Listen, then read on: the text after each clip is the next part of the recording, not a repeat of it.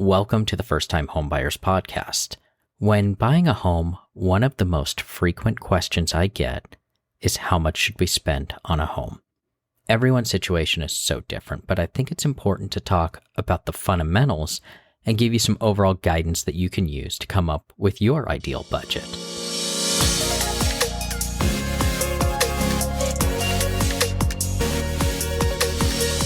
All right, let's talk about budget. There's two things that we need to concern ourselves with on this episode that I'm going to go over. The first is, what price home will your budget allow for? And the second is, what price home should your budget allow for? The main difference is what will a lender approve you for, and what are you comfortable with spending? Now let's start with what a lender will approve you for, which is actually the easier number to come up with. This part is, though, a bit confusing, but there's two limits that are used. Both are calculating your debt-to-income ratio, commonly called DTI. There are two kinds of DTI, front-end and back-end. The first, front-end debt-to-income ratio, is your housing expenses. So this is going to be your mortgage, interest rate, taxes, insurance, and if you have an HOA, divided by your pre-tax income. Basically, this is how much your mortgage will be divided by how much you make before taxes.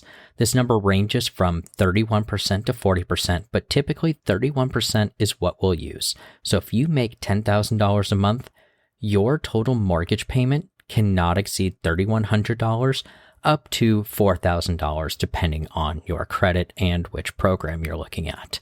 That's the max you can go with that calculation. A lender is not going to approve you for more than that. So you're looking at a payment between $3,100 and $4,000. Now let's look at back-end DTI ratio. This is your housing expenses, your principal, interest, taxes, insurance, and if you have it, HOA, and all of your other debts like your auto loans, credit card payments, and then we divide that by your pre-tax income. So again, the biggest difference between front end and back end is going to include all of those other debts like credit cards. Since there will be more debts, this percentage is higher. In the case of FHA, your standard is 43%, though higher credit can get you upwards of 50%, and they do sometimes even go higher. So let's assume that you've got car payments, credit cards, things like that maybe add up to about $1,000. Here's how we're going to calculate your back-end DTI on that same $120,000 a year salary with $1,000 in debts at a DTI of 43%. So we're going to take your mortgage payment plus your other debts, and it can't go over $4,300, which is 43% of $10,000 a month. So this would mean that you could go up to $3,300 a month in your mortgage payment with $1,000 a month in debts. At the high end, you'll be able to go up to a mortgage payment of $4,000 plus that $1,000 a month in debts. Whichever is most restrictive is going to be the limiting factor for your lender. So that's the budget right there. The max you'll be able to go will be about $4,000 a month. But is that realistic? Is that something you'd actually be comfortable with? There's several different budgeting philosophies. One general rule says don't spend more than 25% of your pre-tax income. Others, it's 25% of your take-home income. But let's just say you're making $10,000 a month. Your monthly mortgage payment shouldn't be more than $2,500 a month. That's a significant amount less than what the lender would approve you for. But again, everyone's different, and that's one of the main things that I pointed out at the beginning. Your lifestyle, expenses, and the cost of living will vary person by person. So I suggest using these two numbers just as a starting point. The lender approval should be your absolute highest, while the 25% rule should be a number to strive for. So let's walk through three areas that I want to cover to go over budgeting and really understanding where your money's going and how much you can afford comfortably. The three main sections I want to cover: number one, creating a budget and understanding how much you actually spend monthly. Number two, looking at both your budget and the amount a lender will approve you for. And number three, short-term and long-term planning, how your career living expenses, rent increases, and housing expenses should all factor into your plan. So let's jump into the budget.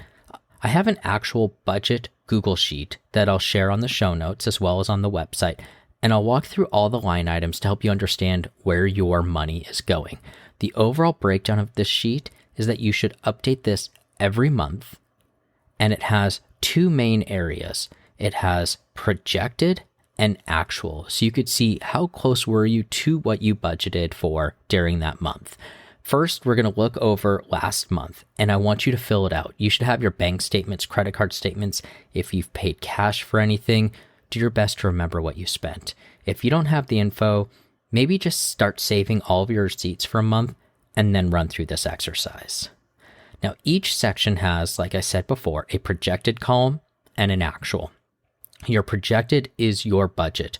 Your actual is what you really spent. This is going to get eye-opening really quickly when you realize where your money is going. So let's talk about each of the different sections and how they play into your budget. The first section is income, and this is any money that regularly comes into your household. It's best to be conservative here. If you regularly get commissions or bonuses, try to use what you would average over the year. If you do any side work or you get any regular extra income, this is where to put it. It's okay to not put anything in projected if it's not regular. You'll add it to the actual at the end of the month, and you can see how much more money you are making on these extra side projects throughout the year. The expenses section. This is looking at general expenses. Most of these are your must-have expenses like rent, utilities, along with things like cell phone. Since this budget works well with homeowners as well as renters, there are some line items that you'll leave blank, like improvements or maintenance. That should already be covered under your rent. Daily living. This is also another must-have section, but it's more discretionary. Included are things like groceries and clothing. Dry cleaning and eating out are included on here as well. This is an area where you can really start looking at being able to cut back some costs, but you still are going to have to put money towards these areas. The next is children and family. Well, obviously they're not free. Everything from medical expenses to school lunches, daycare. This tends to be rather fixed, but it's important to see just how much of your money is going here. And then transportation's next. This is going to be things like your car payment, maintenance, registration. If you take public transportation, put the cost here. Really see how much that's costing you. Health, gym memberships, doctor or dental visits, payment plans for dental or ortho type work would fit well here. Health is a very important area in your life. You want to make sure that you have enough money to properly take care of yourself. Insurance, many of these are likely already built into other areas, but you might have extra life insurance or rental insurance that isn't allocated elsewhere. This is also helpful to track small extra insurances that you may have that you don't really notice come out of your account. Every dollar will count when you're looking at your budget. Charity and gifts. Do you donate at church every Sunday? Do you spend money every holiday, birthday, or anniversaries on gifts? Track that, because if you've got a big family and you're constantly buying gifts for people, this is a great area to see just how much that is actually impacting your budget. The next is savings. You should have an emergency fund, and you should have at least $1,000 in it at any given time, and try to put money away on a regular basis. More is better, so I always suggest having some kind of small auto transfer on payday to a savings account just to ensure that you have that available. Any other investments that you have that aren't automatically deducted from your paycheck would go here. Obligations. So these are things like your student loans, credit card payments, personal loans, really any other monthly credit obligations that you have would go here. This one, really think of what are the things on your credit report that are going to be locked in, that you aren't going to be able to change, that oftentimes things like student loans or credit cards, those are going to be long-term. You're always going to be paying those. This can add up quickly. If you use any buy now or pay later, put that monthly amount in here for all your purchases as well. Really track to see how much that's costing you and affecting your budget. Business expense. Now I have this in here. It's really not for everyone, but if you do things like Uber on the side or Instacart, this is really a great place for you to notate what your expenses are. So if you are spending gas specifically for that, this is a great area to see just how much money that's actually costing you to make sure that that's making you money. Entertainment. We all need balance in our lives, and so this one will get filled up. Maybe this gets heavier during summer. Maybe you like staying home and your books are the most expensive thing on here. Either way, make sure to put a dollar amount to everything you spend for entertainment. If you go to a carnival or a theme park, the cost of park, food, tickets, and anything else would go here. Really see how much that is affecting your budgets. Miscellaneous loans. If you've got payday loans or something that doesn't fall under the obligations section, put it here. If you have a lot of buy now, pay later, this could be a good section for that. This is also a good section if you're paying back a friend or family member and it's not something easy to track. Subscriptions. Not for entertainment or business purposes, but maybe you have to pay for parking or dues for a membership or a club you're part of. This is where you would want to put that in. Vacation. If you're spending any money on vacations or if you often go on weekend trips, this is a good place to put that. It's also really eye-opening to track exactly what you spend on a vacation to see how much that really impacts your budget. Miscellaneous. This last area is for anything that isn't already categorized. I included things like bank fees or postage if you mail things often. This area is good to see what you might be spending money on that doesn't fit into the other categories and either try to categorize it or ensure that it doesn't take up a large amount of your budget overall. Now that you've documented your budget, the top of the document will actually add everything up and tell you how much of a surplus or loss you're at each month. Once you fill this out for a month, you can also see how much variance there is from your projected and your actual budget. I suggest making a new tab for each month and use this to gauge how much you are really spending. You can start moving around different numbers and see how much increasing your housing expense, daily living, or even how much you're putting away for savings will affect your overall budget.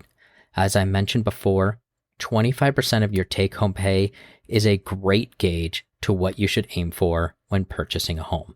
Try putting that amount in your housing payment field and see how that affects your budget. Does it keep you with enough money that you aren't house poor and struggling to make payments?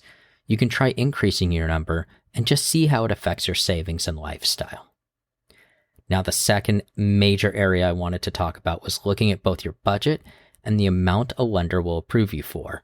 So I tried to give you some tools that you can use to better understand what kind of home you can afford based on what you're currently spending, as well as what a lender would approve you for. And now's the time to take both those numbers and use that as your max range. You absolutely can't go over what a lender will approve you for, and you can't go over what your budget says you can afford. If you have more expenses than others, especially expenses that don't show up on credit reports like club memberships, a lot of dining out, or maybe you like taking a lot of vacations, your budget will likely be your limiting factor. Use these to decide where you would be most comfortable. I highly suggest starting with the max lender payment, plugging that into your current budget in this Google Sheet, and seeing where that puts you. Slowly back that down and see where you're most comfortable and run that through a payment calculator to see what that home amount is. That will give you your budget. This all assumes your overall payment, income, and lifestyle don't change over time. So let's talk about that third area to consider.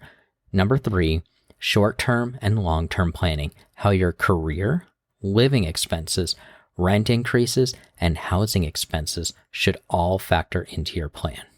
Buying a home is an investment in your future, and it's important to have a plan for both short-term and long-term.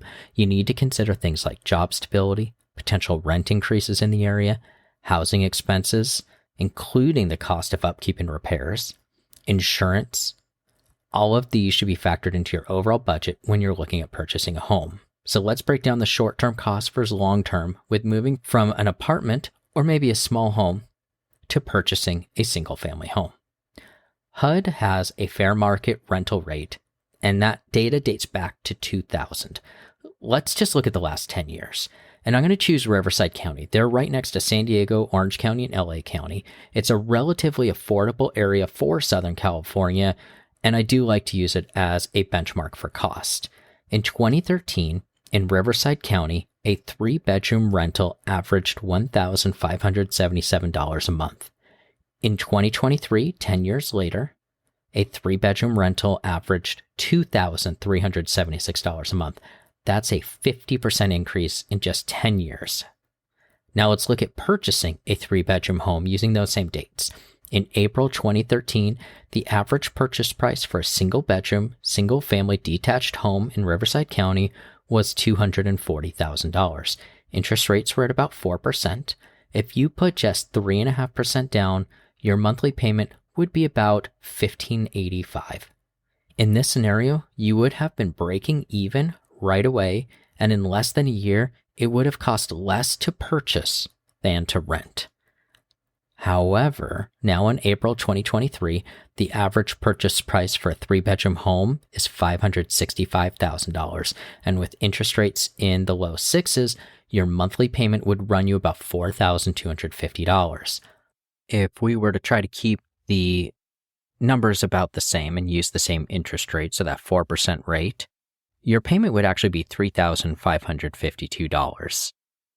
Now, if we look at what that 3-bedroom rental is, that $2,376 a month, and we expect that to go up at the same rate as it did over the last 10 years, it would actually be $3,564, within $10 of what that mortgage payment would be at that 4% rate. So you could see that 10-year mark is when it really makes a lot of sense that that rental is really starting to cost you a lot more. And again, that might go up even more if there's higher demand for rentals.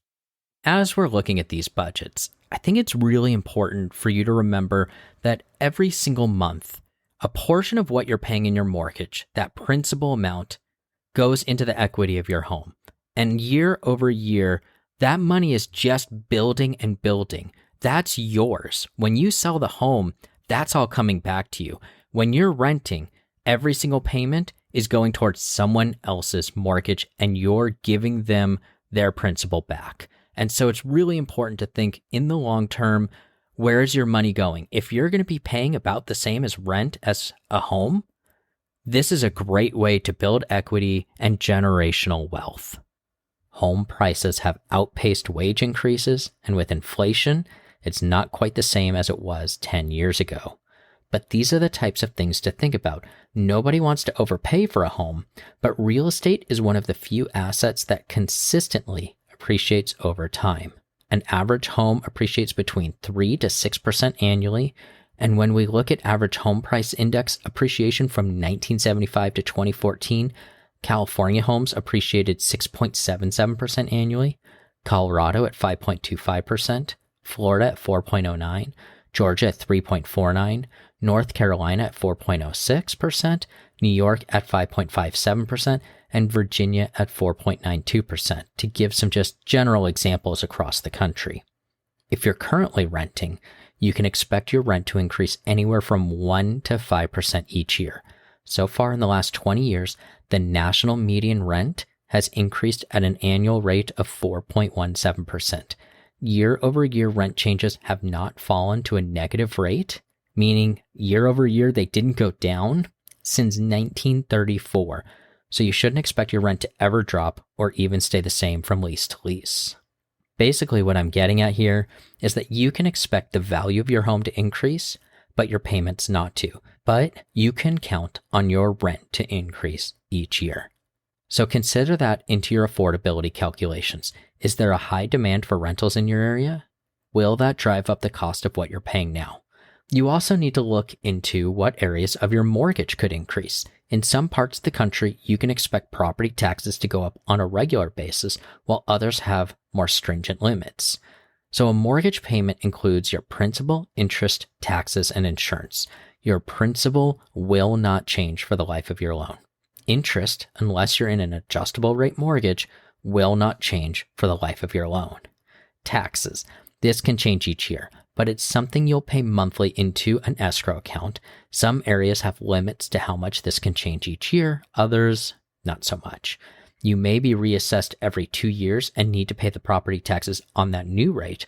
Or, like in California, it's limited to no more than 2% more each year. So it's a very minimal increase. Insurance. This is almost a wild card. In some areas, this doesn't change much. In other areas, like parts of Florida or areas with high prevalences of wildfires, we are seeing these numbers double or triple. Let's talk about utilities. Now, when you do buy a home, typically it's going to be larger than an apartment. What that means is that your utilities will likely cost more. But as with a rental, you are typically paying utilities anyways. Any kind of increase in cost is going to be similar on a home versus an apartment. The numbers might just be a bit larger. So if your electric bill was $100 a month in an apartment, it might be $200 a month in a home. If those go up 50%, it's still going up 50% for either of them. So again, there are some variables that do increase on a home purchase, but at the end of the day, they are rather minimal. And when compared to rental, those rental increases go up much faster than a mortgage increase could over a term.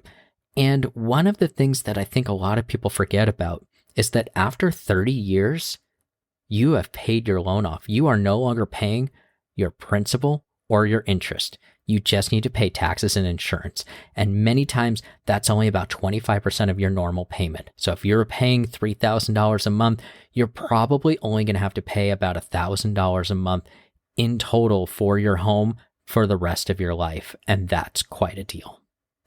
So then let's continue with the previous idea of buying compared to renting. You need to really think about what changes you'll be making in your life in the next 5, 10, even 20 years that you can work into your budget. And I want you to really look at two major areas. The first is, how will your income change over this time frame? And the second, how will your expenses change over this time frame? So income, if you're planning to stay in the same job, have you been getting regular raises?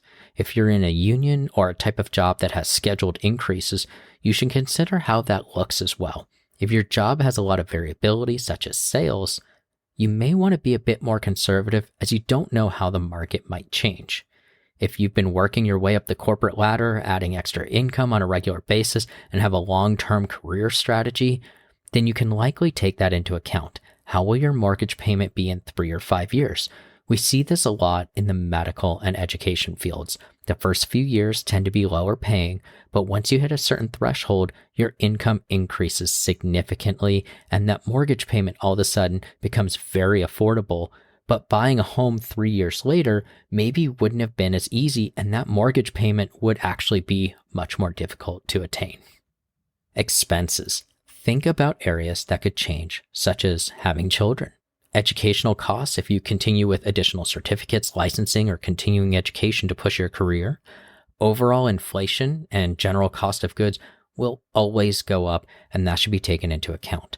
If you generally receive a 3% raise each year, that is just keeping up with inflation in most parts of the country, so your budget would likely end up about the same year over year from what you have left over. These are all things to take into consideration and pay careful attention to.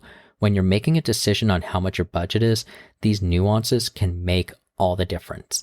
In the end, it's always important to do your due diligence and research before making any major decisions. I have this budget Google sheet along with the home affordability calculator and mortgage calculator all on our site at fthbpros.com. If you guys have any questions, feel free to email us. Go to the contact page on fthbpros.com. You can email us, call us. Happy to take those calls or texts. Head on over to the website. We've got all of our other podcast episodes, articles, newsletters, some resources, along with the Facebook group. We've got a bunch of lenders and agents all there to help answer your questions. So again, thank you for your support and happy home buying.